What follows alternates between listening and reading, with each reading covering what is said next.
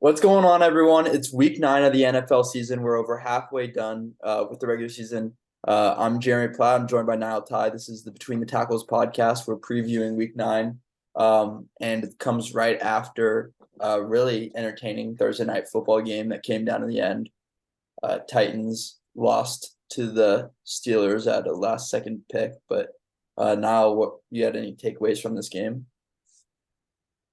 Yeah, I mean, this felt like a pretty classic Pittsburgh Steelers win.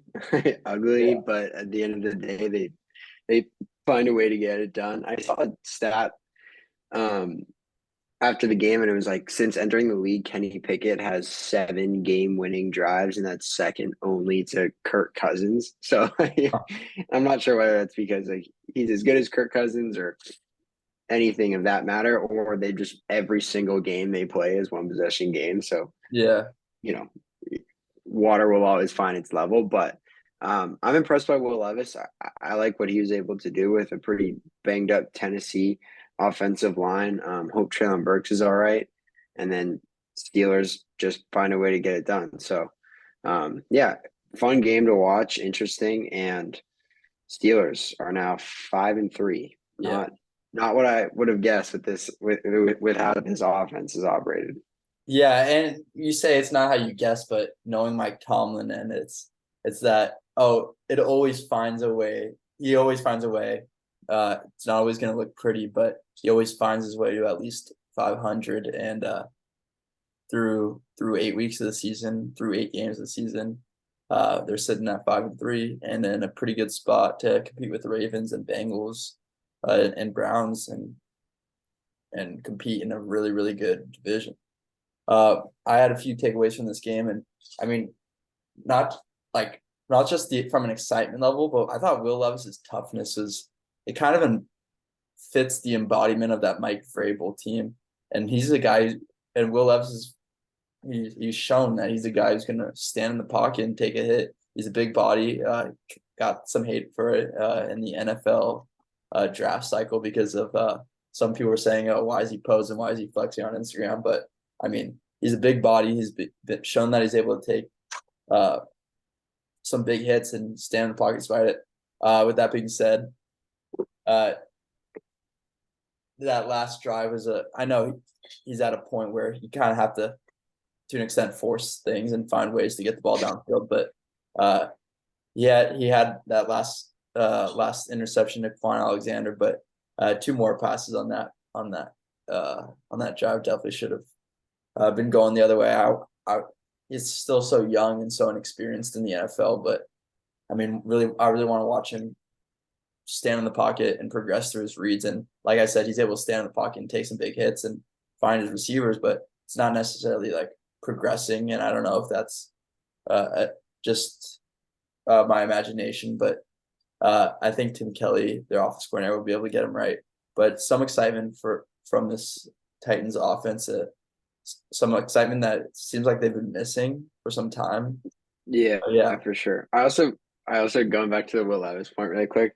I felt like certain times he would almost like, and yes, it was very impressive and tough, but at certain points it was like he was almost standing in the pocket like too long. Like he was like yeah, there was almost a yeah, point where he looked too comfortable in the pocket, and you're like, okay, like it's you've got a minute left, you need to get a touchdown, and he's kind of just chilling in the pocket. And one of the times it led to a sack. But to your point, I don't think that interception was, obviously it's his fault. He missed the read. He tried to look off the linebacker, look back to the right. Linebacker didn't move, but the the Steelers are basically playing prevent, right? They were covering the sides and left the middle wide yeah, open, and then covering the end zone. So, in a spot like that, especially on I think it was 3rd down and 7, like you only have 2 more tries. So I don't fault them for taking a shot at the end zone. And that's not really a pick where you're like, oh, like how did he do that? Like the intent was there, and I think for the most part he looks pretty comfortable, and he's clearly got some arm talent. Like he's one of those guys that's able to kind of just flick his wrist, and next thing you know, the ball is like flying down the field. So I think they've got a pretty solid option at quarterback moving forward. I'd be shocked if they went back to Tannehill when he was healthy. yeah. And before we get into this week's slate of games, Pretty interesting week at the NFL between the trade deadline and everything that's gone on in Vegas. Trade deadline, some big trades, whether it be Leonard Williams going from New York to Seattle, Montez Sweat from Washington to Chicago, correct? Washington to Yeah. Chicago. And then obviously something I'm very excited about, Chase Young going from Washington to the Niners. And then in Vegas, you get Josh McDaniels and Josh McDaniels has been let go, as well as their GM, Dave Ziegler.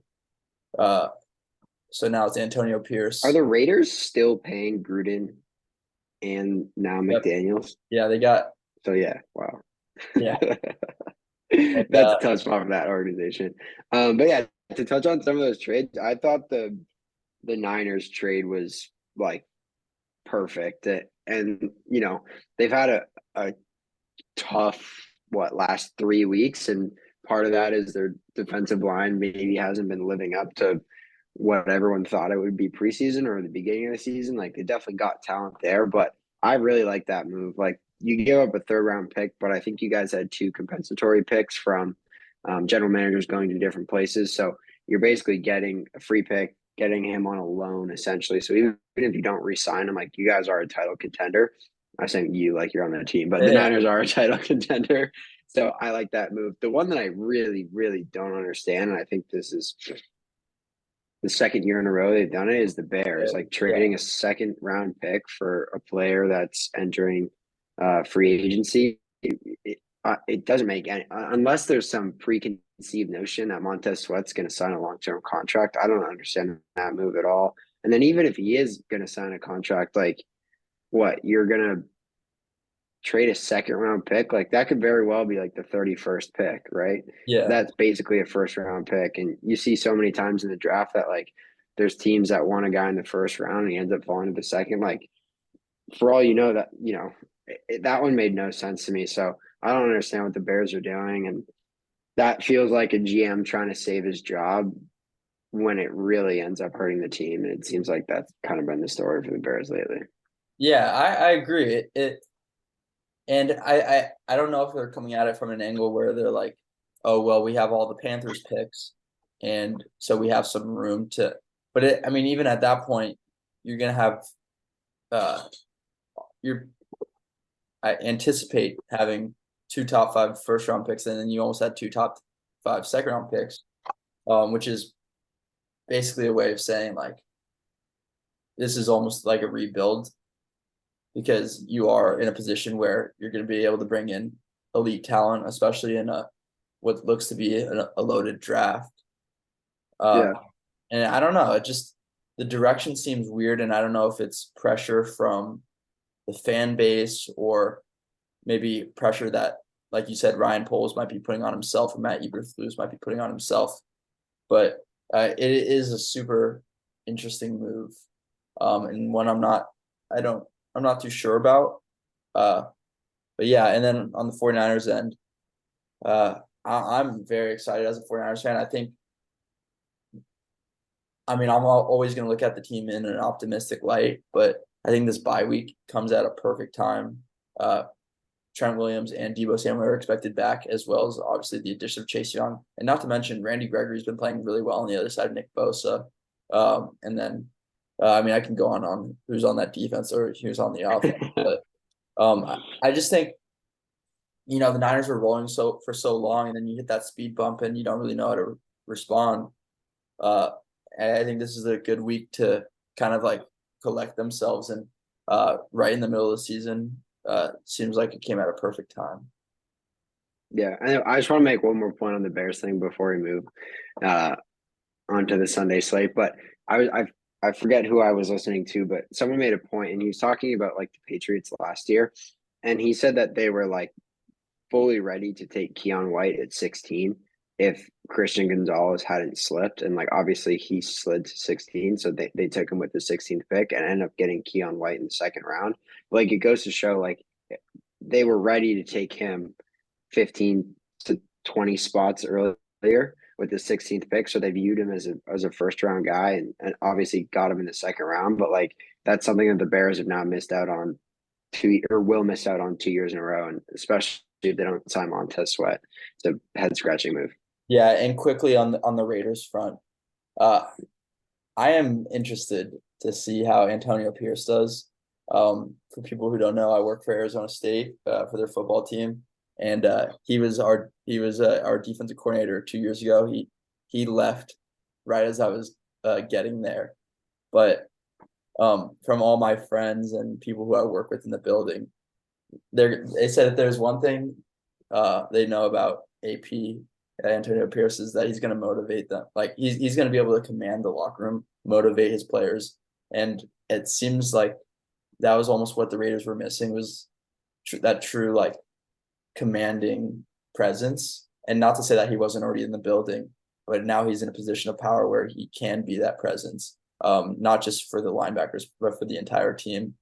And talking with one of my really good friends who was actually recruited by Antonio Pierce, he was saying that, like when you look at it, sure, he's in kind of a shitty situation without having McDaniels, their offense coordinator, starting a rookie quarterback.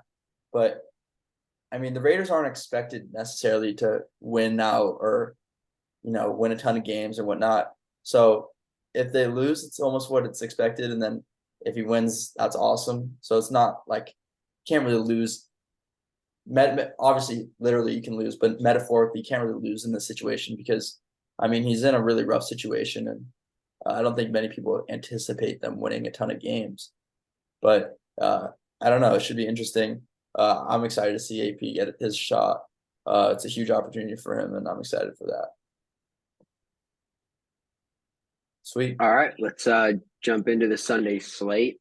We've got the first game, probably the best game on everyone's radar this week. Yeah, there's some Unfortunately, it is in Germany. So we've got the Dolphins at the Chiefs on air quotes. So it's a Chiefs home game, even though they'll be playing overseas. Yeah. Chiefs are 1.5-point favorites. And my first take when looking at this is I think it's really unfortunate that these teams have to play in Germany. Like, if we're being completely honest, like I get why the NFL does it, but at the same time, like, no, I don't. Like, there's only 18 games in a season. They choose to take a team away from 9 of their home games. So now they only have 8 to go overseas to Germany. So I'll never really understand that. But I am very excited for this game. I'm excited for like the storyline kind of surrounding it. I think there's going to be a lot of like whoever comes out on top will be kind of viewed as like the class of the AFC, especially the Chiefs just coming off a loss against the Broncos. So, the game itself will be awesome. Are you going to wake up at 6:30 a.m. to watch the game? Dude, the thing is, so I feel like I might already be, I don't know. I'm since Arizona State, we go to Utah this week. So my whole time schedule is going to be messed up because we're gonna get back at like 2 a.m. And I honestly might just like say like, all right, I'm gonna drink a ton of caffeine. Let me just rally. This game is too good to miss, and they put it at probably the most inconvenient time possible. And like as shitty as it is that it's like, all right, it's not in an American time zone. Like, I don't know if you remember last year but that Frankfurt game was like the atmosphere. I remember them saying like, I want to say like country roads at the end of the game. Like that atmosphere itself is almost like there's like a college vibe to it, which is like what all those like the people who love college football, like the truthers, they love about football. And there's almost that same vibe, but instead it's arguably 2 of the best teams in the NFL, with major playoff implications, going at it at 6:30 in the morning. Yeah, and it's funny too because we're talking about like like 2 of the best teams in the NFL going at it, but obviously the Dolphins got a win last week. But as a Pats fan, I thought the Pats were going to cover the 9.5-point spread, and I actually thought they had a chance. Like, the final score doesn't really reflect it, but I felt like the Dolphins could have played a lot better. There was a couple like unfortunate plays and calls in the game that definitely shifted it. So like all things considered, I think the Dolphins feel like they could have probably played better in that game, and then on the other side of the ball, the Chiefs definitely feel like they could have played better on that side. It's interesting though. I'm excited to see the Dolphins D line go up against this Chiefs O line because it feels like teams this year more than ever feel like they can pressure Pat Mahomes because there's not really a guy on their offense other than Travis Kelce that can like burn you deep or really create much separation. So teams are willing to send a little bit more at Mahomes. And we saw the Broncos do it all last week. They were sending a lot of pressure and it got home a lot of the times because no matter how good Patrick Mahomes is, if no one's open and he's getting pressured on both sides, like there's not a lot anyone can do in that spot. So I'm excited to see this Dolphins defense who certainly has weaknesses on that side of the ball, but also like they have guys like Jalen Phillips, like they can get pressure. So yeah, and Bradley Chubb, like both those guys, like can absolutely get pressure. And then getting Jalen Ramsey back, like I mean, he had a pick against the Pats in his first action back, so he's definitely a game changer. So you know, I didn't think I was gonna say that the matchup I was excited for is like the Chiefs like O line versus Yeah. the Dolphins D line, but I think that's probably where the game gets decided. Yeah, and I know this is like probably like a very mainstream take, but I mean I'm excited to see Tyreek Hill against the Chiefs. Tyreek Hill's known for kind of getting in the headlines. And it should be interesting to see him go against his former team. I thought it was interesting this week. There's always been kind of like a question of like like that his trade felt so out of nowhere when it happened 2 years ago. And just like it seemed like we never really like vindicated on like this is why it happened, but this week on I Am And Athlete. no one really questioned it because they went on to win the Super Bowl. So it was like, Yeah. oh, look at this. Like the trade worked. But now this year, it feels like they're feeling it more than ever. Yeah, and it was kind of like he went on Brandon Marshall's show this week and he was saying like really it was his agent just trying to bait a trade and then he's like Chiefs wouldn't pay him, but he found two teams, the Jets and the Dolphins, that would pay him. It's like, all right, I'm gonna get paid, live closer to home and Yeah. not get taxed for it. So uh yeah, I mean it makes sense. This game is gonna be awesome. I mean, we didn't even get into the coaching matchup between Mike McDaniel, who's like arguably the most fun coach in the NFL to watch right now, versus Andy Reid, who's arguably the best coach in the NFL right now. So that should also like, I mean, there's so many different storylines we could get into. I think that makes it even funnier that you mentioned the Dolphins O line versus the Chiefs offensive line. But yeah, Okay. Who do you have in this one? yeah. In this one, I'm gonna go with my guy. I'm gonna go with the Dolphins. 1.5 point underdogs. I'm I mean, I'm just excited for this game. I think I anticipate it being close, and in a close game scenario, I mean, uh, I do trust Patrick Mahomes and the Chiefs more and Travis Kelce, but I don't know. I I I also trust Mike McDaniel to put the Dolphins in a situation to where like it makes no sense. The game's breaking down, and then all of a sudden Tyreek Hill's wide open, where and there's no defender around him. So I'm gonna go with the Dolphins. It would be funny to see Tyreek Hill have one of those games where he has like 200 Yeah, yards, like three it would be very touchdowns, like on whatever it field. is, completely changes the game. Yeah. Um, I'm gonna go the other way though. You talked about trusting Mahomes and Andy Reid. I think they're finding a way to get it done. I feel like when they play their best competition is when they're at their best. So I'm riding with Mahomes and the Chiefs minus 1.5. Yeah, yeah. I mean, it's totally fair. And I mean, you said that this is probably the game of the week, but I mean, there's a ton of really, really good games this week. And then one game that, I mean, if we were to talk about it last week, none of us like it would be a totally different storyline. But we're gonna go to Atlanta. Vikings are going to the Falcons. With two new starting quarterbacks. Unfortunately for Minnesota, Kirk Cousins tore his Achilles. Seems like a brutal injury.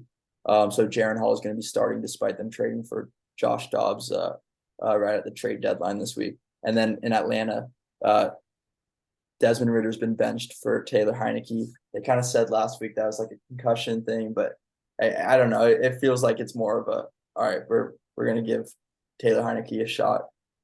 See if he can get the ball to the Falcons playmakers, which every fantasy football player has been begging Arthur Smith for seems like 2 years now. Yeah, dude. Yeah, I beat on all my leagues. It's fucking it's I'm infuriating. sure it's frustrating.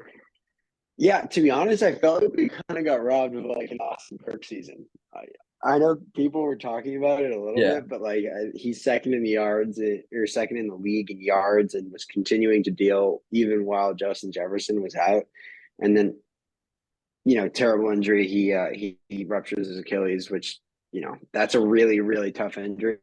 Not just, I mean, for anyone, but for Kirk, he's an older quarterback, was in a contract year, probably going to cost him a lot of money. So I think he's someone who the public eye has like kind of done a 180 on after the quarterback documentary. Like I know for a fact, like I like Kirk 1,000 times more after like the whole chain shenanigans last year, yeah, and then actually feeling like you get to know him a little bit through the documentary and finding out that his wife actually just does like make his yeah, outfits and they shop at Kohl's. Like he just seems like a really authentic, great dude. So I'm bummed that he's out, but I'm also bummed for this Vikings team who feels like they were catching their stride at the perfect time. They're now 4-4. And I mean, we're going to see what the rookie's made of. And then I actually really like the move of trading for Josh Dobbs. I thought Josh Dobbs did way better than anyone expected on the Cardinals. Seems like the Cardinals have kind of mailed it in, but that's a different conversation. But at the very least, if the rookie doesn't work out, then they'll have Josh Dobbs, who's a very solid quarterback and can win you some games. He's not going to be the best guy in the league, but he's at least an option if the Vikings feel like they can, you know, make a push and the record's good enough to go to the playoffs. I don't really see this team kind of throwing in the towel, to be honest. yeah. And I think we're gonna see how good of a coach Kevin O'Connell is, because I mean I don't think many people expect the Vikings to win this game straight up, but I mean with a rookie developmental quarterback, Kevin O'Connell's going to get a chance to like really really expand this offense, because as good of a passer and as smart of a player Kirk Cousins is, I mean athletically he's a pocket quarterback, and he can move a little bit, get out of the pocket, extend, but he's not really opening it up with his legs, opening up the pause. He's not opening up the defense with his legs. Uh, so I don't know. It should be interesting. I think the Falcons are going to bring a lot of pressure, find ways to make Jaren Hall uncomfortable. When Hall came in last week, I mean, it didn't look good. But I mean, it's also like out of nowhere has to go into an NFL game. I don't blame him.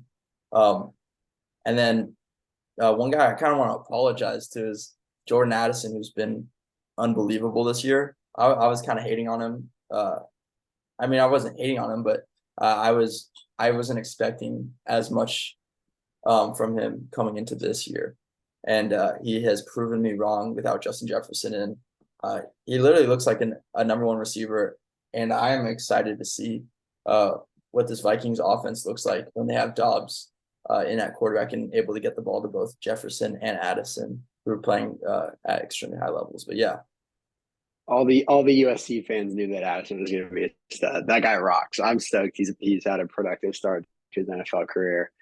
He's a lot of fun to watch. In this game, I feel like, and this is whatever, but no matter what side of the Falcons I'm on, I'm wrong. If I'm rooting yeah, for them or I pick them, they lose, and then if I pick against them, they like win. So I'm going with the Vikings +4. And I think the Falcons are going to win by 27 now that I said that. So, but I like the Vikings in this one. I'm excited for the rookie. You never know the rookie, right? Like yeah. he could be the next thing. But I like the Vikings plus the points in this game. Yeah, and I'm going on the opposite spectrum. I like Atlanta, uh, and it's not necessarily because Taylor Heinicke is like the safer option and is going to be a guy who gets the ball to his playmakers, which I said earlier. But he's going to be a guy who's at least going to take shots, and he's going to be exciting for this Falcons offense. And I mean, there was so much excitement going into the season. They have a quarterback to match that energy, and I like Atlanta. And I think there's gonna be some fireworks from that offense this week. Oh, all right. Not a sentence you usually hear from the Falcons. Um, Next game, one of my favorite games of the week, we got Seahawks at Ravens. The first place Seattle Seahawks in their Yeah. division.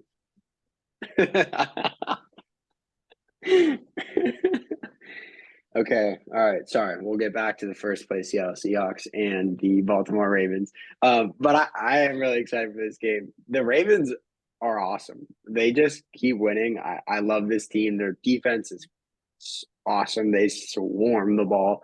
But I think something that I'm looking for in this game, and it's kind of been a theme throughout this season, is like Geno Smith. I feel like he's tailed off a little bit from last year's performance, and I think it's showing at certain times during the Seahawks season. Like, if we're being completely honest, the Seahawks should not have won last week. I don't know what Kevin Stefanski and the Browns were doing throwing the ball in 3rd and 3. Like, if you just run it, and then if you don't get it, punt it, like, at least put them in a tough spot. Like, the Seahawks get a pick, drive down, get a game-winning touchdown from JSN.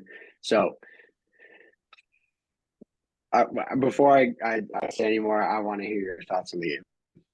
Yeah. I mean, I have ideas on both teams, and I agree with you with Gino, but it seems like JSN's really.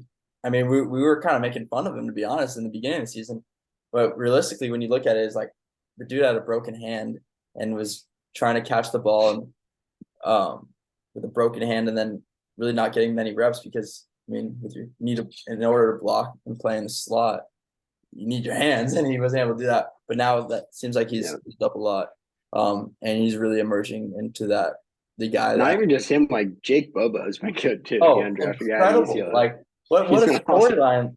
The Seahawks offense is. I mean, we might be talking about Geno Smith tailing off a little bit, but I mean, all around it, even like Zach Charbonnet has looked pretty good. Their run game, Kenneth Walker's still there. Like, I don't know, the Seahawks team is legit, but they're going up against a Ravens team who is rolling, and I know that it was like the game ended up being 31-24. But I mean, I think this Ravens team might be the best team in football right now. Lamar Jackson. Okay, maybe not the best team in football, but I think it's safe to say that Lamar Jackson, if the season would end today, is top one, if not top two, if not top one in MVP voting.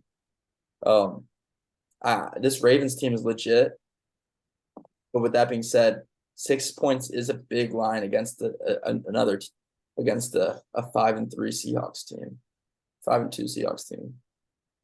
I think I'm gonna ride with the Ravens. I just like what they're doing on both sides of the ball. Gus Edwards, like J.K. Dobbins goes down for the season, and everyone's like, "Oh man, the Ravens are injured again." But Gus Edwards has been great. He had an awesome quote where he's like, "Keep feeding me the ball. Like I'm ready for it. I want I want the full workload. Like yada yada. Like I love that kind of stuff." And Yeah. it's funny how we talked about like the Roman, like Greg Roman versus like Todd Monken, and how the offense was going to change. I saw a stat where last season, like the Ravens ran the ball like 45% of the time on first down in 2022, and then this year, like I think it's now 43% of the time. So like it feels like certain pieces of offense like hasn't like really changed, but Yeah, it's like that. It's like the Alex Jones photo where it's like 30 days after the workout plan. It's just like him in a different. But it does seem like they're calling more plays out of the shotgun formation, giving Lamar a little bit more space. So there's definitely like certain things that change, but there are some similarities, which is funny. But I think this Ravens team's hot. I think the Seattle team is a little bit inflated, whether it's record wise or production wise. So I think Lamar Jackson is like certainly has his name in the MVP race. So I'm excited to see what he can do this week, and I think they get it done. Yeah, and I'm with you on this one. Moving on, we're gonna go to maybe not the best game of the week. Cardinals at Browns. Browns are 7-point favorites. Cardinals, after trading Josh Dobbs, they're starting Clayton Tune, I believe, because I don't think Crowder's gonna be ready yet for this game. Am I wrong on that one? Yeah, Clayton Tune's playing. Okay. I was more rolling my eyes because I can't believe we're going to be watching Clayton Tune versus PJ Walker in an NFL game. But yeah, I don't know if PJ Walker should be favored by 7 points or eight and a Eight and half a half now, points yeah. to 8.5 points to anybody. Like, whew, like yeah, man, it's so hard to like, I guess, talk about these games, like predict who's gonna win when like we just talked about Vikings, Falcons, and now Cardinals, Browns. Like so many of these teams have quarterbacks that like we really haven't seen much of, if at all, this season. So 8.5 points seems like a lot. I do think I'm going to go with the Browns. Josh Dobbs was productive. I still like this Browns defense. It's a really, really rough spot for Clayton Tune to have his first NFL start. Like, Yeah, if 100%. there's one team you don't want to be going against, it's the team with Myles Garrett on the other side of the ball. So, Yeah. I'm gonna ride with the Browns. I don't have too much to say about the rest of this game. Yeah, and you're kind of hinting at it, but it's one of those games where it's like you don't want to take and where there's so much unknown, you don't want to take an 8.5 point spread. But then like it happens, you're like, oh yeah, of course the Cardinals lost by 8.5. Or on the other side, it's like, oh, why would I take an 8.5 point spread against so many unknowns? But I mean, Yeah. while there are so many unknowns, I mean, the one thing that we know is how legit this Browns defense is. And I'm with you. I'm gonna take what I know, and that's that Browns. And I know the Browns defense is really, really good. And they're gonna cause a rookie quarterback who's never made an NFL start some problems for sure. All right. Next game, we have got the Rams at the Packers. The Packers are 3.5 point favorites. I assume that means Matt Stafford is not starting this weekend. Am I correct in that assumption? Let me double check. All right. Well, we get that figured out. The Packers, man, first 2 weeks you're like, oh, Questionable. Jordan Love, like here we go. Like they got their next franchise guy. And then it seems like it's been pretty much all downhill from last week. And then last week they're playing the Vikings, who definitely been playing better as of late. But I thought that was like an opportunity for them, almost as like a get right game. And they got kind of killed in that one. If it wasn't for Kirk getting injured, I think the final score would have been even a little bit larger of a disparity. But man, it's really hard to think like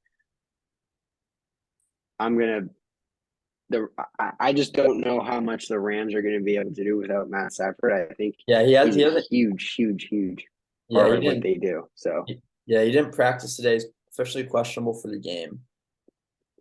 I mean, he's a tough son of a gun. Like we've seen a ton, like that clip of him on the Lions when he like dislocated his shoulder, but then Yeah, like yeah. continued to play. Like I think if there's even a chance, he'll probably play.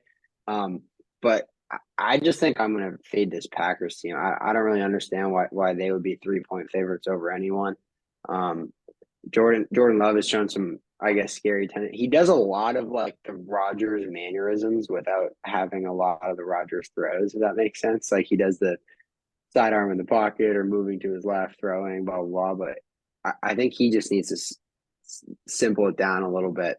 And it's not like this is a guy who's a rookie, right? Like sometimes when a rookie comes in and gets excited, it isn't really making plays. But Yeah, it's like like Will this is Levis. Jordan Love's, yeah, right. But this is Jordan Love's third year in the league. So I think the Packers and probably even Jordan Love were hoping that he would be a little bit more composed in these spots. So I'm going to go with the Rams and kind of just hope that Matt Stafford plays.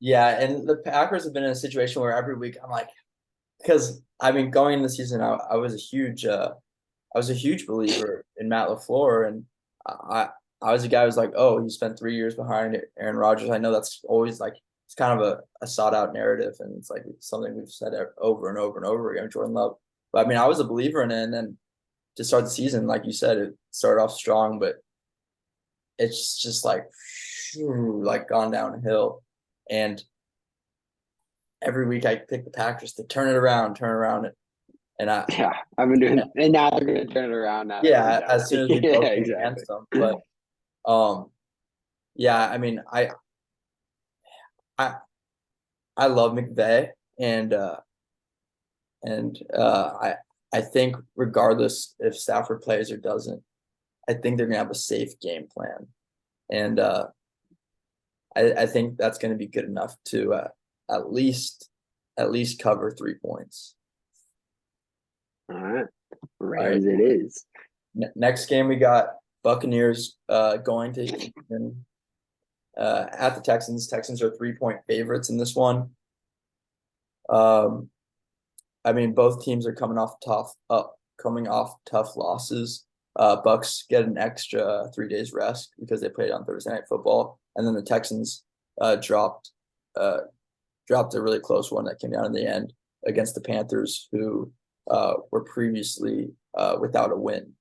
So that was a really tough loss for CJ Stroud, who's had a very very publicized and successful rookie year. But life kind of came at him fast right there.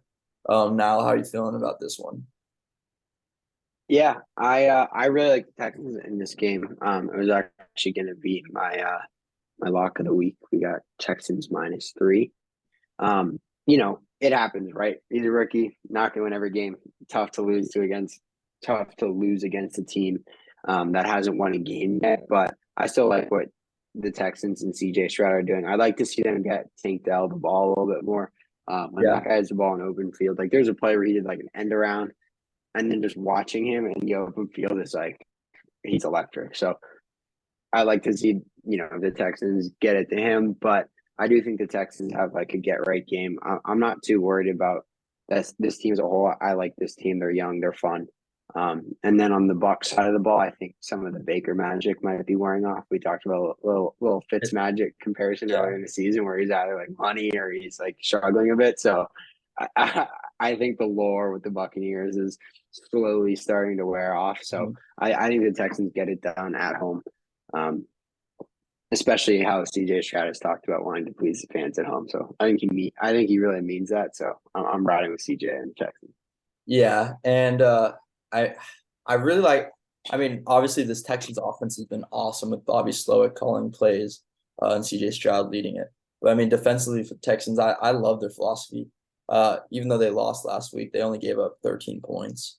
That's the idea of swarming to the ball. It allows opportunities to come, even if they're not right away. Swarming to the ball, everyone in pursuit. It allows fumbles to happen, maybe tip drills, and there's just a certain energy. I think they're led by Jimmy Ward, who came over in free agency from the Niners this year. But I love the way that D'Amico has this defense playing, and I think it's gonna give Baker some problems. Uh, and despite the Bucks having some extra rest, uh, I like the Texans as well in this one. All right, next game. Whew, we got the Commanders at the Patriots. Patriots are 3-point favorites at home. I don't really understand this, to be completely honest. An honest Pats fan, I just think this team is not good. Kind of point blank simple. Like I do like the talent on this team, but they are so banged up right now. Like Kendrick Bourne is our Yeah. best receiver. He's out for the season. Obviously, we've talked about their defensive injuries. So now I think our leading receiver is Demario Douglas, who's a 6th or 5th round pick out of Liberty, who's actually awesome, by the way. I think he's going to continue to shine, and he'll be a very popular name for Patriots fans in the coming weeks. But fire sale or not, I like the Commanders in this one. I just don't understand how this isn't Yeah. like a. I just don't understand Yeah. I just don't understand how the Patriots should be 3-point favorites over like anyone. To be honest, like at least this Commanders offense like somewhat makes sense. The Patriots offense is bad. I, I'm so sick of Mac Jones throwing off his back foot. These little lollipop passes that seem to get picked off every time. Like I can't do it anymore. I'm fading the Pats until they prove me wrong. Yeah, and it's really interesting the timing of Bill Belichick's contract extension that was released this week. That I mean, he was extended for 3 more years, and we were talking earlier this year about like, oh, maybe he wants to leave and go find a way to break that all-time win record elsewhere. But right now, this roster is not set up, uh, whether it's the injuries or just like the personnel in general. They're not set up to compete with a team like the Dolphins or the Bills or even the Jets, who've been putting together wins despite the Aaron Rodgers injury. Um, I I like the Commanders this week. They're also gonna be my dog of the week to win straight up. Um, I mean, Sam Howell, he's fun. He airs the ball out. Terry McLaurin has been looking awesome this season. Not really sure what's going on with Jahan Dotson. We touched on it earlier this year. And then one guy offensively, I Well, like. he had a big game last week. Yes, that's right. That is right. Um, It was like the first time he yeah, looked yeah. good all Sorry, season. What yeah. did he have? 8 catches, 180 yards, and touchdown. You're very right. But regardless, like I want to see Eric Bieniemy like feed Brian Robinson more. I want to say he was averaging like, I think he had like 60 yards on 10 carries. Uh, he's a guy who's, I mean, last season he was like one of the only sparks for this Commanders team.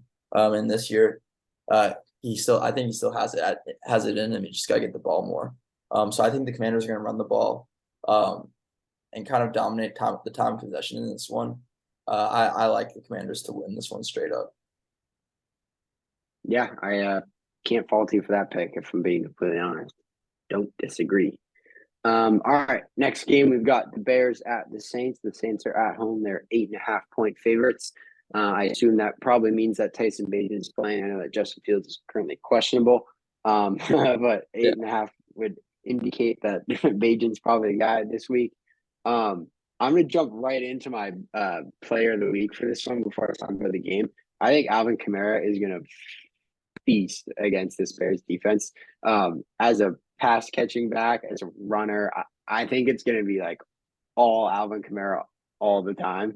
And just as a side note, like he's been awesome since he came back. Like this Saints team has been kind of whatever, and part of it is that Derek Carr just checks down to him every time his first read isn't there, but nonetheless, he's been a bright spot for this kind of troubled Saints offense. But I like the Saints to cover and to win against the Bears, and my player of the week will be Alvin Kamara. I like it. And he will be the player of the week, speaking into existence this Yeah. week. I'm with you. I think I mean that the Sunday night game was hard to watch last week. And as cool of a storyline for it is, I, I the Saints. I think the Saints defensively are gonna really give them problems. I mean, there's so much continuity on that defense. The team it's one of the older teams in the NFL, but it's also like these guys have all been together. They know how to at least play against an undrafted rookie quarterback making his second or third career start. But yeah, I like the Saints as well this week. I don't think I need to elaborate too much more on this one. But next game, I think this is actually like a sneaky fun game. Colts are 2.5-point favorites against the Panthers, and I like while the Panthers don't, or rather, while the Colts don't have Anthony Richardson in at quarterback, I think Shane Steichen's like kind of proving to be one of the best offensive play callers / creative minds in the NFL. For all that he's been able to do with like in that run game, at least like Zach Moss I want to say is top 5 in the NFL in rushing yards. Jonathan Taylor is really starting to come on. And then going to Carolina, a place where I mean Bryce Young got his first career win, and it's like those little. I mean, I'm reading a book about it right now. I'm gonna do a study about it for the off season, but it's like these mini wins, like they account to something and accumulate, and like you never really know what's going to be that tipping point where the Panthers start putting things together. But I think this should be a sneaky, entertaining game, and all the Colts game the past few weeks have been pretty entertaining. Yeah, and the Colts are averaging 5 yards allowed per rush, which is 31st in the league, with a league high 23 attempts for the opposing team. So it could be a long game for the Panthers are allowing 5 yards per rush. My apologies. So it could be a long day for the Panthers defense with the kind of dual-headed running back attack that we've seen so far from the Colts. And to your point, I completely agree with the Shane Steichen thing. Like not only what the Colts are doing, but also what the Eagles aren't doing. Like I think we've seen the Eagles kind of deep offense drop off a little bit, and then this Colts offense, who has had really important players missing kind of their entire season. Like when Anthony Richardson was playing, Jonathan Taylor was out, and then vice versa. So they've kind of battled some injuries early on, but their offense is certainly passable. So I think that the Colts are going to be able to run it all over the Panthers, and I'm excited that Bryce Young got his first win, but I think it could be a long day for the Panthers defense on that front. Yeah. I think here it's just gonna be like me being stubborn. But I mean, I'm a Bryce Young believer. I was very animated about it pre-draft, and well, the record or necessarily his play hasn't quite lived up to it. I just like I'm a guy who like stands by my guys, as everybody who listens to this podcast can know, based off my love for guys like Mike McDaniel and the 49ers. And but I believe this is a very winnable game for the Panthers. And I think Bryce Young's going to continue to lean on Adam Thielen, and I think this is the week where like Bryce Young really like puts things together. Last week he had to learn how to win, and that happened. And I think this is the week where he starts putting things together. But on paper, it makes full sense why you're taking the Panthers and taking the Colts rather. All right, next game we've got Giants at Raiders. How crazy is it that a team that just fired their coach and their GM, demoted their quarterback, is now starting the rookie Aiden O'Connell, are 2-point favorites over the Giants at home? It blows my mind. The Giants, keep in mind, a team that just paid their quarterback like $160 million this offseason. I do believe Daniel Jones is back this week, right? I'm not 100% sure on that, but I thought so. But regardless, like it's crazy to me that the Raiders are favored over the Giants. And I'm not gonna lie, your Antonio Pierce, is that his name? Antonio Pierce? Your Antonio Pierce story got me kind of fired up. I think I'm gonna ride with the Raiders. I think they have a bounce back week, and they look good. Like I'm expecting them. Like when was it? When was it the Colts when Jeff Saturday came in and they yeah, like the first week out of nowhere. Yeah. Yeah.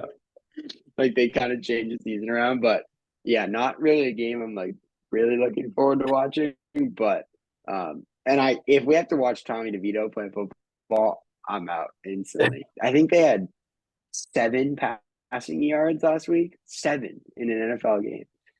Crazy, and they still almost won that game. Like I don't know. This Giants team has some issues, and I like Dable and I like what he did last year, but they've certainly been struggling this year. Yeah, I think this is the annual like, because we talk about it every year. It's like once the first coach gets fired, it's like always like, oh, they're gonna win it for their new coach, like their interim coach. But dude, the situation going on in Vegas is it's just like crazy. They're not set up to win. Not saying that an offense led by Tommy DeVito is either, but I'm gonna say if this is, I'm gonna put an asterisk on this one. If Daniel Jones at least starts the game, I'm gonna go with the Giants. He is. By the way, he was quote unquote reported not holding back in fresh return to Giants practice. Oh, yeah, that does sound like Daniel Jones is gonna be playing this week. Yeah, at least cover a spread that they're not favored in, which is. I'm rocking with the Raiders. Davante Adams bounce back game. If I didn't take Kamara as my player of the week, I'd take Davante Adams. All right. Now we go from maybe one of the ironically funniest games of the week to probably third best game of the week. This week there's some banger games. Yeah, this week has like the cream of the crop and then like the bottom of the barrel, and there's not a lot of like in between. Yeah. But we're gonna go to Cowboys at Eagles. Eagles are 3-point favorites. This game is gonna be awesome. Now, any thoughts before I go? Yeah, I'm really excited. As I've mentioned a couple of times before, I had Cowboys' best record in the NFL. Don't think that's happening anymore, but if they get a win against the Eagles, it's certainly a possibility. But I don't know. I think there are some things wrong with the Cowboys. Obviously, they had a pretty dominant win last week, but I wanted to touch on like Tony Pollard, who has been like Zeke out, Tony's like the guy. Everyone kind of assumed that he would like take over this offense, and he's been somewhat unproductive through their first 8 games of this year. So I'd like to see him be able to get going, but then like it's gonna be tough against the Eagles defense.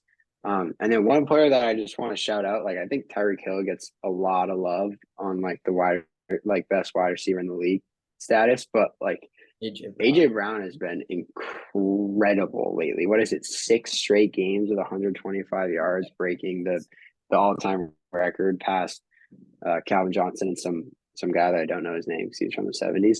But he's been like on fire, and Jalen Hurts, it almost seems like he has that, like, you know, there's the meme where it's like fuck it, Tyreek Hill's down there somewhere, and it's like Mahomes throwing it deep. Like there's been a couple times, like even last week, his 2 touchdowns were very, very. The first one was sick. The second one, he was double coverage, and Jalen Hurts like, yeah, fuck it, AJ Brown's down there somewhere. So, I think he could have a field day against a relatively sketchy Cowboys secondary if they're not able to get pressure on Jalen Hurts. It's a tough matchup because if they can't generate pressure on Hurts and the Eagles have a really good O line, then it's going to be a long day for the Cowboys secondary. Also, shout out Deron Bland. What, 3 pick sixes on the year? Yeah, I mean, even on the plays where like he does get the picks, he's just like quietly so consistent. And he's a guy like, I mean, I think a lot of Cowboys fans are kind of like shitting bricks when Trayvon Diggs goes down, rightfully so, because Diggs is a tremendous player. But now they have a real I mean, they're set up really well with Gilmore on the other side. And yeah, I mean, this Cowboys team is really good. But I mean, they're also like a team that like, at least in the past, however many years, they're a team that looks really, really good and then they crash. Really, really good and then they crash. And it feels like there's a little bit of that cycle. And I kind of, as I mentioned earlier, I trust consistency. And this Eagles team is like consistently proven to be the best team in the NFL, arguably. I like the Eagles in this one as both my lock of the week. And then I'm going to say player most important to team success, Darius Slay, going up against CeeDee Lamb, who had an incredible game last week. Probably the best game of his career. Yeah. So I think this is going to be a huge week for Darius Slay, who's another guy who's consistently proven like he's one of the best corners in the NFL. I'm really bullish on the Eagles this year. I think despite them not having like any like dominant wins, I think surprisingly this is the week it comes against a really, really good opponent. Yeah. I like want to take the Cowboys because I think it's gonna be a really close game. I just think this Eagles team is better. And I've been waiting for them to do this since they started the tush push, the fake tush push to someone else. Now teams are gonna be in a blender because what if you don't put every single person on your defense on the line, then they're gonna get the first down. And then if you leave a couple guys off, they can run either that, they could probably play action, like whatever the case is, like that was genius. Not just because it worked, but because it also felt inevitable. To think about it every time they run the tush push. What? Yeah. It also felt like a little inevitable, like they had to do it somehow. Oh yeah, 100%. And you look over and like Sirianni's like smirking and everything. Yeah. And it was very smart though. It was the perfect time to do it. Yeah, and early in the game, the Commanders like they stopped it. They forced the fumble. It was teach tape. Did he stop it or did he fumble? Yeah, that's fair. But yeah, this game is going to be awesome. I think I forgot to mention earlier, but just like you, my favorite matchup of the week was Dolphins Chiefs in Germany. But I think my favorite matchup is going to be the next game we're going to cover. Oh, if you're ready to move on. There we go. Yeah, I'm taking the Eagles as well. So okay, we're going to go to your favorite matchup of the week. Bills at Bengals, Sunday Night Football. Another like powerhouse game. Bengals are 2-point favorites coming off a huge win against the Niners. Bills, on the other hand, had a little extra time to rest, playing Thursday night against the Bucks, had a big win. But yeah, now how you feel about this one? I love the Bengals in this game.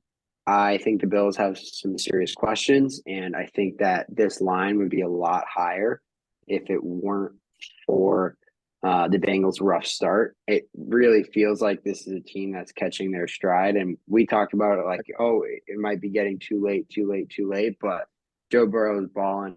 He looks like himself again, able to be mobile in the pocket, out of the pocket, also scramble for first downs.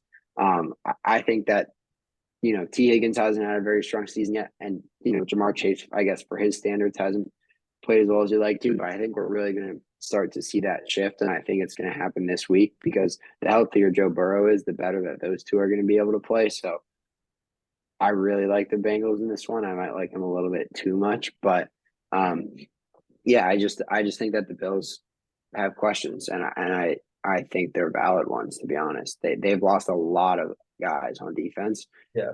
and their offense at times is tough to watch. And like, you know, right, like going back to what was it, 3 weeks ago when they played the who did they play? Sorry, when they played the Giants, and it's like, oh man, like whatever, one close game, and then they lose to the Pats. And you're like, are the Pats good or did they stink? Pats definitely aren't good.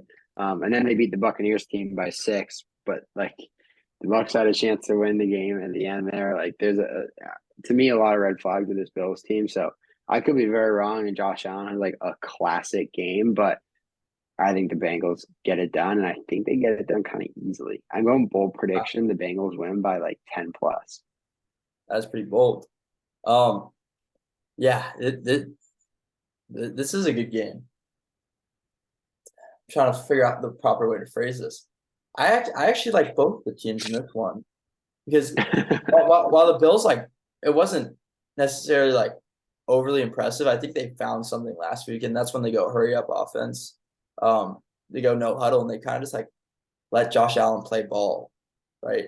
I mean, he's gotten criticism in the past for like being too reckless with it, but I want to say there was a 60% like success rate on no huddle plays for the Bills, which is like I saw something in Ted Wynn's article on the Athletic this week where it's like 15% higher than the average.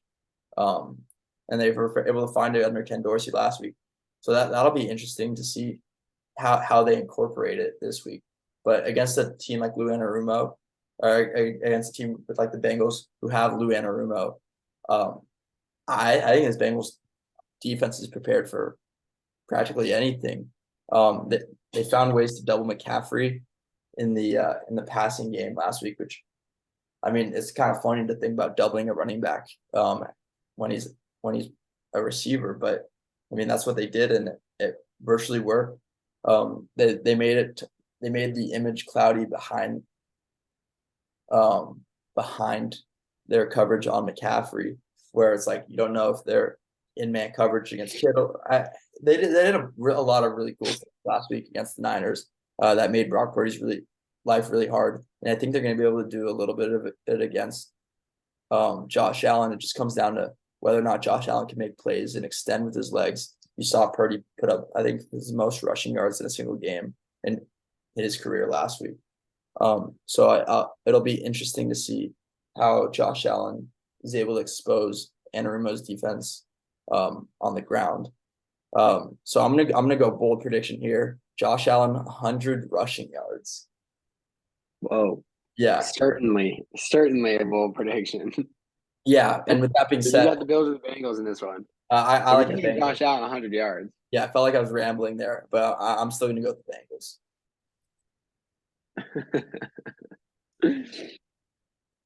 All right. That takes us to Monday Night Football. We got the Chargers -3.5 at the Jets. Man, do the Jets find some ugly ways to win football games. Like every one of their wins feels like it's like, whoa, like how did they get that done? Or God, like the other team's like, man, how did we lose that game? The same thing with the Chargers, though. Oh yeah, I mean, fuck, I didn't even think about who's on the other side of the ball. But no, I think the Chargers offense is going to be too much for the Jets. Like, I do like this Jets defense, and I like everything I like all their pieces, but like even at certain times, like the like the Giants like played okay. And obviously, they kind of sucked throwing the ball, but they were still able to run the ball and like move the ball a little bit. Like I just think that the lead that the Chargers hopefully will be able to build early in the game is going to be too much for the Jets to overcome. And I do think that Staley's kind of on the hot seat, and I think he knows it. So I think it's time for him to like either figure it out or get out. Frankly, like so, they did what they needed to do against the Bears last week and kind of dismantled them in that game. A pretty sweat free game for them. And I like certain pieces like they got Quentin Johnson involved in like the short passing game, which was new and fun. Sorry, you were muted there. Oh, I was saying, yeah, like let him run after the catch and use his athletic ability. Right, because it felt like a lot of the times it was like, okay, like deep ball, corner, post, like all the stuff that requires a long developing play, and he doesn't really have much room to move with the ball in his hands. And I think looking at him, obviously he's a bigger, larger receiver, but there was that one play where he caught that 3 yard slant and then like make a hard cut, spawn like got 12 yards. So like finding new ways to use him. I I just I like the Chargers offense more than I like the Jets defense, and I don't trust Zach Wilson on the road. And I feel like this might be the one time that the Chargers have a home game because like who's a Jets fan? But yeah, um, last week it felt like the first time in years where like the Chargers just like won how they're supposed to win. Right? It always feels like there's some drama, and it's not a curse, but it's like just like some nail biting finish. And the Chargers did what they were supposed to last week, and it felt like the first time that happened in a long, long time. And you talked about it really well, but I think the Chargers are realizing that despite like they might look the same, but like Quentin Johnston is not Mike Williams. They're different players, and it was honestly a big knock of mine on Quentin Johnston coming out of the draft, where I said like I think he's probably a better athlete than he is a receiver. Whereas like he's not a guy who's gonna like necessarily like run these incredible routes um and use his leverage and find zones and soft spots in zone. But it's like get him the ball and let him make plays. That's the type of receiver he is. And I think the Chargers started to like figure that out last week. And I'm sure they knew it. I don't want to make it sound like, oh, they just figured it out. But like the Chargers rather figured out the way to allow him to do that.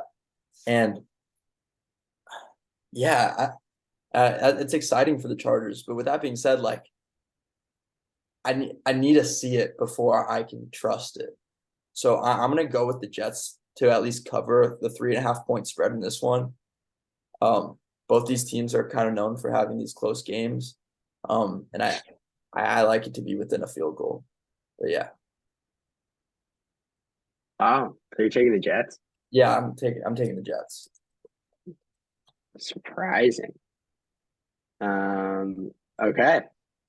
I think that wraps up week 9, right? Yeah, you got your favorite prop bet of the week? Oh no. What I was gonna do is my locker league is gonna be Texans -3. I'm actually just gonna do a different bet, and it's gonna be Bengals -2. So no prop bet, but 2 separate spread bets. Player of the week was Kamara. Full prediction was Bengals +10, and then their matchup was Bills at Bengals. Cool. Sweet. Yeah, really interesting week in the NFL this week. Should be these games should be awesome, at least the ones that are on the upper echelon. And I mean we didn't really talk about too much the 49ers struggles, but I think the bye week is gonna be a really good reset, get your players back, kind of realign.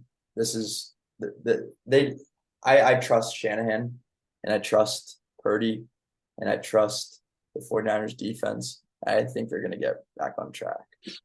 Yeah, it's funny how the narrative works. Like, if Pat Mahomes has a bad game, it's like, all right, well, he had a bad game. But like Brock Purdy has a bad game, and even though he's had a season and a half of great games, he has a couple bad ones. Everyone's like, oh, Yeah. oh, Yeah, like, is he not the guy? Like all this stuff. So, um, I agree with you. I think the 49ers are okay and will continue to be okay going forward. But the bye week hit them at the perfect time. yeah. All right, sweet. Now, talk to you next week, dude. All right, peace.